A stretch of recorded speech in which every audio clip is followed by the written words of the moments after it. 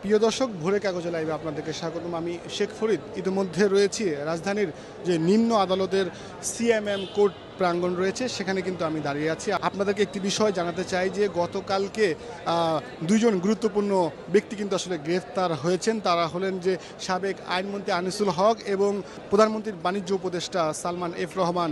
তাদেরকে কিন্তু গ্রেফতার করা হয়েছে এবং তাদেরকে কিন্তু আজকে এখানে আনার কথা রয়েছে। তাই আমরা দীর্ঘ সময় ধরে কিন্তু এই আদালত প্রাঙ্গণে অবস্থান করছি।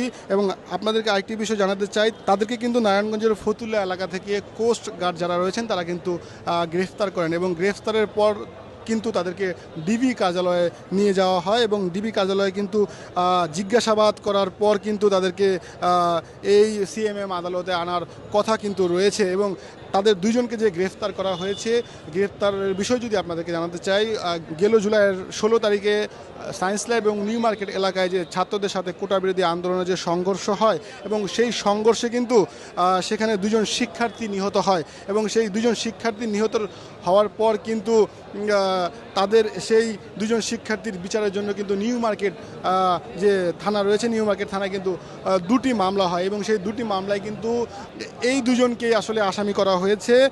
একজন হলো সালমান এফ রহমান, প্রধানমন্ত্রীর বাণিজ্য ও বিনিয়োগ উপদেষ্টা, এবং আরেকজন হলো সাবেক আইনমন্ত্রী আনিসুল হক। এবং সেই মামলাতেই কিন্তু গতকালকে তাদেরকে ফতুল্লার এলাকা থেকে তাদেরকে গ্রেফতার করা হয় এবং গ্রেফতার করার পর কিন্তু তাদেরকে ডিবি কার্যালয়, যে মিন্টু রোডের যে ডিবি কার্যালয় রয়েছে, মিন্টু রোডের ডিবি কার্যালয়ে কিন্তু তাদেরকে নেওয়া হয়েছে এবং সেখানে কিন্তু জিজ্ঞাসাবাদ কার্যক্রম শেষ হওয়ার পরে কিন্তু তাদেরকে এই যে সিএমএম কোর্ট যে আদালত রয়েছে তাদেরকে কিন্তু আদালতে আনার কথা রয়েছে। আমরা কিন্তু সেজন্যই সকাল থেকে এই আদালতের প্রাঙ্গণে কিন্তু আমরা অবস্থান করছিলাম যে তাদেরকে কখন আনা হবে এবং কখন তাদেরকে আদালতে উঠানো হবে। এবং পুলিশের যে কার্যক্রমগুলো রয়েছে, ডিবি কার্যালয়ে তাদেরকে জিজ্ঞাসাবাদ করার পর আদালতে আনা হবে এবং তাদেরকে আদালতে উঠানো হবে।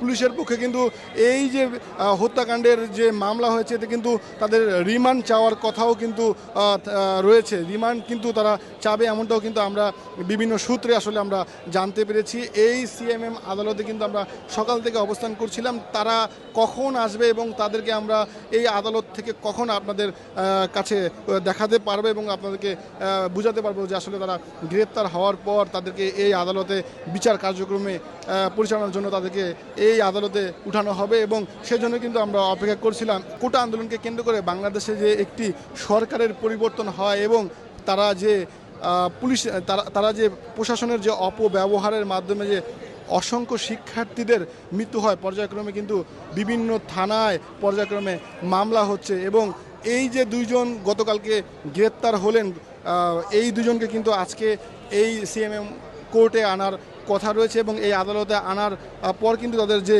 পরবর্তী কার্যক্রম আদালতে উঠানো হবে এবং তাদের শুনানিও কিন্তু সেখানে হবে বলে আমরা বিভিন্ন সূত্র থেকে তাদের সাথে কথা বলে জানতে পেরেছি। সিএমএম কোর্টে আমরা দীর্ঘ সময় সকাল থেকে অবস্থান করছি যে দুইজন গতকালকে গ্রেপ্তার হয়েছে, সাবেক আইনমন্ত্রী আনিসুল হক এবং প্রধানমন্ত্রীর বিনিয়োগ উপদেষ্টা সালমান এফ রহমান কখন এই সিএমএম কোর্টে আসবেন, আমরা সে অপেক্ষায় আসলে রয়েছি। আপনাদেরকে সেই চিত্র পরবর্তীতে যুক্ত হয়ে আপনাদেরকে দেখানোর চেষ্টা করব। দর্শক, আমাদের সঙ্গেই থাকবেন। এই ছিল সিএমএম কোর্ট থেকে আমার কাছে সর্বশেষ তথ্য।